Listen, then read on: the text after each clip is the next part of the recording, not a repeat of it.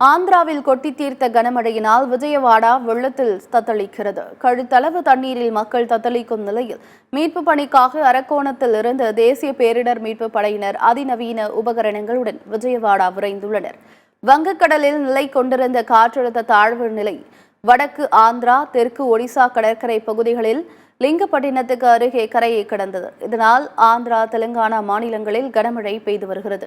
ஆந்திராவில் கொட்டி தீர்த்த கனமழையால் விஜயவாடா வெள்ளத்தில் தத்தளிக்கிறது. வாகனங்கள் வெள்ளத்தில் மிதக்கும் நிலையில் கடுத்தளவு தண்ணீரில் வீடுகளை விட்டு ஆபத்தான நிலையில் மக்கள் வெளியேறி வருகின்றனர்.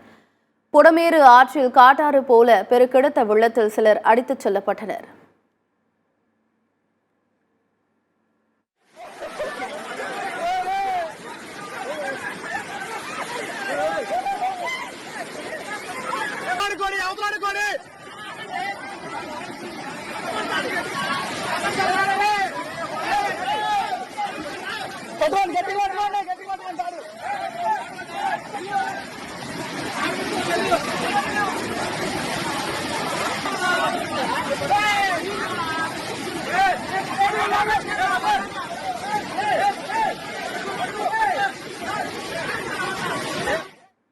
கனமழை காரணமாக ஆந்திரா மற்றும் தெலங்கானா இடையே பல்வேறு இடங்களில் ரயில் தண்டவாளங்கள் நீரில் மூழ்கின. சில இடங்களில் தண்டவாளங்கள் வெள்ளத்தால் அடித்துச் செல்லப்பட்டன.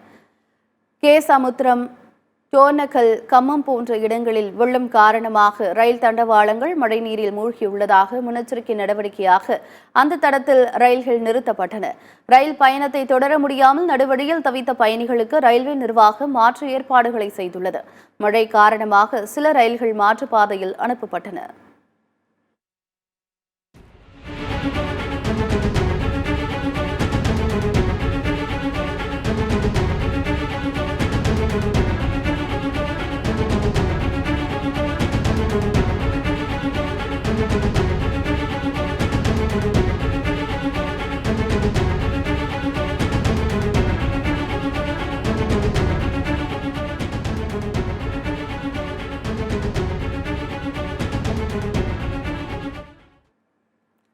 வெள்ளப்பெருக்கில் சிக்கி இதுவரை 10 பேர் உயிரிழந்துள்ளனர். அவர்களின் குடும்பத்திற்கு தலா 5 லட்சம் ரூபாய் நிவாரணம் வழங்கப்படும் என முதலமைச்சர் சந்திரபாபு நாயுடு அறிவித்துள்ளார். விஜயவாடாவில் வெள்ளம் சூழ்ந்த பகுதிகளுக்குள் செல்ல வேண்டாம் என பாதுகாப்பு அதிகாரிகள் கூறியும் அதனை மீறி படகில் சென்று ஆந்திர முதலமைச்சர் சந்திரபாபு நாயுடு ஆய்வு மேற்கொண்டார்.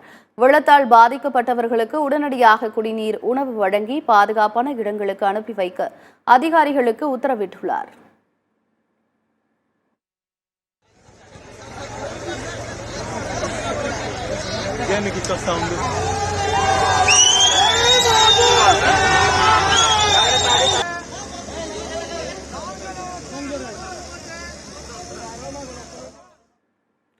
வெள்ளத்தால் பாதிக்கப்பட்டுள்ள ஆந்திரா, தெலங்கானா மாநில முதலமைச்சர்களுடன் பிரதமர் மோடி தொலைபேசி வாயிலாக பேசினார்.